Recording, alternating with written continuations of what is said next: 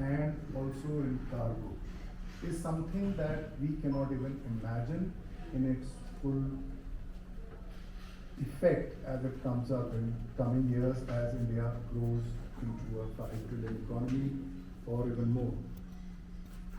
These airspaces particularly, especially with Hisar, away from Delhi, will solve the congestion that we see especially in morning and evening hours. And also, over and above, will reduce the cost of travel because airports like Hisar, once they become 24/7 available to both the other two airports, will serve as a diversion and save huge amount of fuel which planes carry when they come onto IGI. So the impact of ease of travel and which essentially translates into economy will be humongous in my view and our view who have been conceptualizing the integrated aviation hub Hisar. Over and above this, Hisar is surrounded and Hisar Airport per se, which is spread in 7,200 acres, is surrounded by an aerospace defense park, which is part of the Amritsar-Kolkata Industrial Corridor. That area itself is around 3,000 acres. 1,600 odd acres is going to be in the phase 1. And in the second phase, we are working on with a G2G relationship with the US government. Some people would remember that agreement and an MOU was signed in January. That will also come into fructification as time goes by to make a mega cargo port in 1,300 acres. The rail connections and the associated infra has already been planned meticulously, and all those things will see in reality in the next 3 to 5 years. The dynamics in NCR per se, with 2 airports and a huge amount of airport real estate, would lower the economic value as in to the customer and offer a lot of choices. These particular things are the drivers for any industry to leap. One of the first thing that comes in is a world-class infrastructure, and then the growth over a period of time starts moving in a positive graph. With these particular characteristics of the integrated aviation hub and all the 3 airports coming in NCR, I feel that the ease of travel over a period of time would certainly be more efficient, and we would probably grow up as any of the metros that we travel to abroad and see them developing in that manner. With that, the time as it is limited, and I'm sure there would be a Q&A subsequently. I'll just close my conversation on this topic and give you, sir. So there's only one question from him. Or we can have that later. So what about Sonipat is ignored?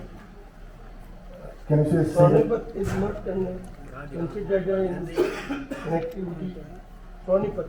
Sonipat for air travel, sir? Air travel in connectivity to Hisar.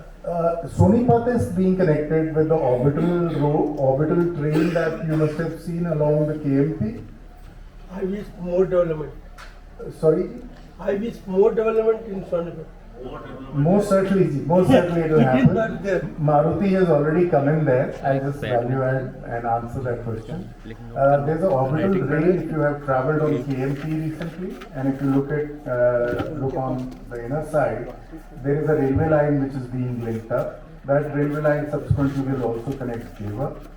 And all these intersections will probably connect all 3 airports as time goes by. Sonipat is on the other side, and Sonipat is also going to be connected with the orbital rail, which will connect up Hisar and IGI and Jewel. So the answer to you with respect to ease of for the travelers, I feel the development Sonipat will also come up as time goes by. We'll move to the next speaker, Mr. Pandey. I'll start with the question then you can complete his, whatever he wants to say on the subject. How startup companies with innovative ideas and solutions for airports can be assured of minimum business after proof of concept.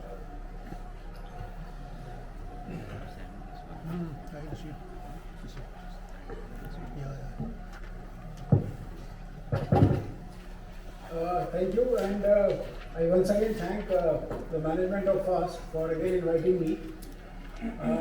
Post my corporate life, which kind of actively I quit in 2017, I have been very heavily involved in some sectors, largely because of public-private partnerships.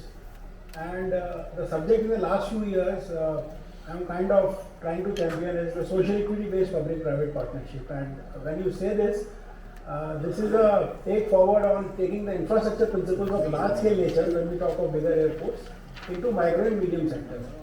And with few years of research, something contiguous, it's always good to share, and wearing an academic hat, it always is good to structure it in a form of a presentation. But before that, let me try to answer what Mr. Agarwal just mentioned, that how some of the startup ventures which are relevant to the airport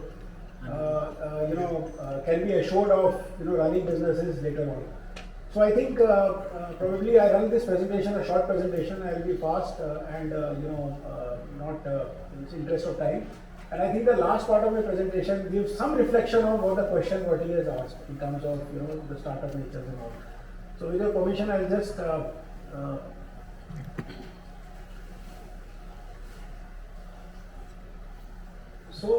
just to take the perspective, it was very powerful words were made in the welcome session by speakers, and 2-3 one I'll touch upon and then take it forward. The first one, it was mentioned that Mr. Lieutenant Said mentioned about his experience. So I think digitization should not be left alone without a personal touch, and nowhere we find it better than the tourism industry itself. So I think it is contiguous and it runs to the aviation sector. Then Mr. Kapil Kaul mentioned that passenger experiences is not necessarily airport experience only. So therefore it goes beyond airports and infrastructure and starts to link up to the community, and we are all a part of that community. So therefore we need to look at some of the services to the aviation and the airport sectors which have to include the community, and that's where I come in my presentation. He also mentioned that the going forward, today we are less than 80% on time. If you are increasing X to 2X to 4X in a few years' time, what is going to be that criteria? So some answer has been provided by Mr. R.P. Singh. We have to start looking at the future. Earlier, today, fantastic work is done by the Delhi airport. Even if it can cater to twice more flights, it will not be able to cater to the ancillary operations, taking out the people from there, and it will start to cause chaos. If you look at every airport in the world, they have 3, 4, 5 airports within the vicinity. So Jewar is already beginning to start operations, and very soon you will find that the Jewar operations going forward, the demand will start increasing so much. So Hisar has to come in time. So I think it's a very complementary approach which we are looking at. It will be operational from 14th of this month. Yeah, so Jewar being operational, and I stay in the vicinity of their area, I have always been very bullish on that airport, and the economic activity already has started shifting to that area, as you see. So today, Greater Noida, where I go, is beginning to already choke up, but it does not choke up to the extent when you start going to Gurgaon. So I think it's a good planning. Then another point was made that we need a major trigger to induce policy action, and I think this is very important. If there are triggers to that, for example, today, when I went to Prayagraj, I'm just making an example. The airport was running chock-a-block. Okay, it was a temporary period because it was induced by a huge surge of people going there. But at least it has shown that to what capacities these airports can go up to when it's required. It was handling chartered flights, it was handling commercial flights. I'm not commenting on the pricing part, yes, that's a separate issue. But it was definitely said that what happened later on. So you induce a policy trigger, the research, the think tanks, all the industry bodies, they start to support the government. Academic world, we are supposed to be working on these projects and come back that what kind of policy should happen. So I think that is very important. And then what was said was, employment potential is very huge. So I will cover this very quickly in my presentation, and I must make one more point which is important. It was made by Mr. Sidhu when he was doing a vote of thanks. He mentioned travel consultant and ticketing agents. the moment you talk of travel consultants, and I think this is where one answer lies to Mr. Agarwal's question, that the travel consultant has to encompass not airline ticket plus, but what is the aspect of taking it to the community levels, taking it to the area, and where is the holistic experience coming from? It has to be beyond the 5-star hotel and airline ticket plus. If you only confine it to a 5-star hotel, you are really looking at, couple of aspects which are already structured. So this is where I think it is important. I will quickly run through my presentation, it won't take much time. Why social and community inclusion matters? First is accessibility. They should be designed and operated accessible to everyone. I think the larger airports are taking care of it. Delhi airport, it applies. What happens today when Hisar is beginning to plan? Can Hisar airport start to look at the community inclusion aspects? We have cooperatives we talked about. We have been talking about, there was a debate that the taxi operations by the cooperatives, whether it will start to compete with Uber or not. So Haryana people who are having their network, can they form a cooperative? They can seamlessly run a very efficient and a passenger-friendly taxi services in and out of Hisar. There is a huge demand. It goes to Punjab every day. The people going to Canada and England, and they have super luxury buses running right up to Delhi airport. So can that procedure we start planning when we are planning the airport? We are definitely planning, extension of runways, etc. So that becomes the consideration. Positive passenger experience, yes, welcoming environment, economic benefits, and a community engagement. And this is, I think, the community engagement, the institutional model for community engagements will always be very, very important. I'm running it fast. It is an economic asset. Yes, we all know it's a potential to produce revenue and services for the community. Millions of jobs across the country, resulting from people using aviation, business, investment, trade and services, as well as tourism. And I've just picked up this slide from a report on the European Union. If you look at it, broadly speaking, everything applies to India. In a sense that India is already a European Union. I mean, we are a conglomerate. All the states are behaviorally having GDPs which are closer to, running almost like a country. So therefore, last one is catalytic impact. You look at quality institutions, connectivity. So it is unique drivers of competitiveness and sustainable prosperity. Key areas of improvement, yes, we are looking at a lot of it with the technology, but as General Seth mentioned in the morning, if a human touch is not there, then it can lead to some of the exigencies. Technology alone cannot do that, and for there has to be a provision that it should trigger off. In the banking industry, we used to say, that if there is a customer complaint, it should be at all levels of the management. It should trigger off a blip in my computer so that I can tell my juniors what has happened. So probably what did happen was, if an aircraft has changed, then what is the configuration, what new aircraft has come in, and this occurrences. This was never put up as a policy or a trigger. Kapil Paul mentioned it, So I think importance is to put up triggers, and this is where I think all of us, whether we are a part of the academic world or we are a part of the industry plus, FAST itself has to start looking at creating these trigger points and start pushing. I think then it happens. The government is always willing to look at these. So I am very bullish. Minister of Cooperatives will start to look at it. I more concentrate on the agriculture part, but I think it is important that cooperative principles, they are looking at all these ideas. What can be these trigger points, and we should include some of these trigger points so that policy action can take place. Then involving the local community, I think it applies to many of our upcoming airports, Hisar included. Possibly in Jewar itself also, there is a huge catchment area to be developed further. What can happen is local business partnership, partners with local businesses to offer unique amenities, services, retail options that reflect the local culture and the economy. If you look at Jewar, yes, it is going to be very near to places like Agra. It is going to be, it's a local airport from Mathura. Mathura happens to be my hometown. It itself takes less than 2 hours from Noida, but it is not only Delhi's airport anymore.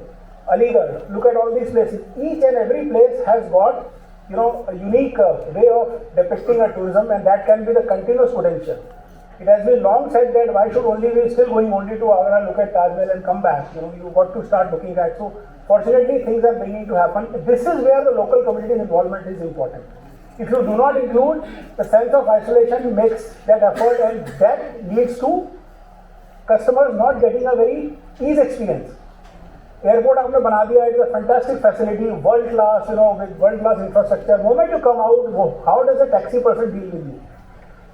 So I think I will actually urge Mr. Singh that definitely, Hisar Airport will start planning it right now, but I am sure that all these things will be considered. And this is the genesis which I feel, Honorable Home Minister, who also takes care of the Ministry of Cooperatives. This is the reason why Cooperative Ministry has been formed separately. Otherwise, it would have remained anywhere. We know cooperatives work whatever way they work. Amul is a very glorifying good example. But how do we take that operations to these levels?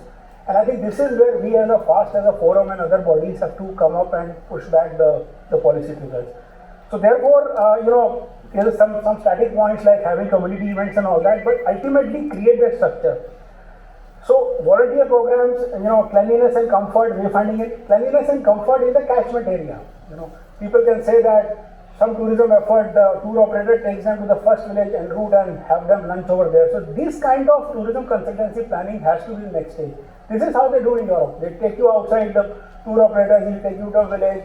The pastor will come and say that for 150 years we have been making that cheese. But what is happening is essentially the same thing. You are taking it away from the airport and taking it there. The difference being that today we have a huge impetus, and this is the right time. This government has set up this Ministry of Cooperatives. We are talking of farmer producer organizations. We are talking from the production point of view. But the supplemental of income for farmers can come from agri-tourism. And one of the aspects can those farmers invite some of these airport customers at their place, institutional body. So since I worked on these, some of these have started working. This needs a big impetus, and I think airports can be that change enablers. Particularly the airports which are coming out in the hinterland of the country. So this is what it looks like, sir. We involve, exactly like large-scale infrastructure projects. We have a structure like individual small, micro, and medium sector companies, and this have some element of link with the larger airport. So I didn't make it specific to an airport itself, but I think we are talking of cooperatives in the form of tour and travel taxi operators. There will be travel consultants, there will be NGOs, there will be FPOs, and all these bodies. And I think time does not permit to go into a large level at this point of time. But I will end it here, and I think this is a very introspection point, and I think FAST should really become a proactive body and lead this, policy change push from the government side.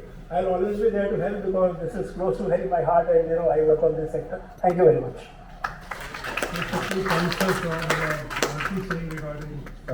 Tushar sir, I will imagine going to go into this social impact, in fact, at that time. But I would like to reassure him and all the esteemed people sitting here that we did a very holistic look at developing the integrated aviation hub Hisar. And in 2018, we started incubating, the joint working group started incubating a chambers of commerce, which is, there was existing chambers of commerce, but we started looking at the second and third generation people who have probably come back to their parents after in the mid-40s into IT sector, doctors and everybody. We started engaging with them, and I am extremely pleased to share with you that there is a vibrant young chambers of commerce, the Greater Hisar Foundation. It's got around 500 members.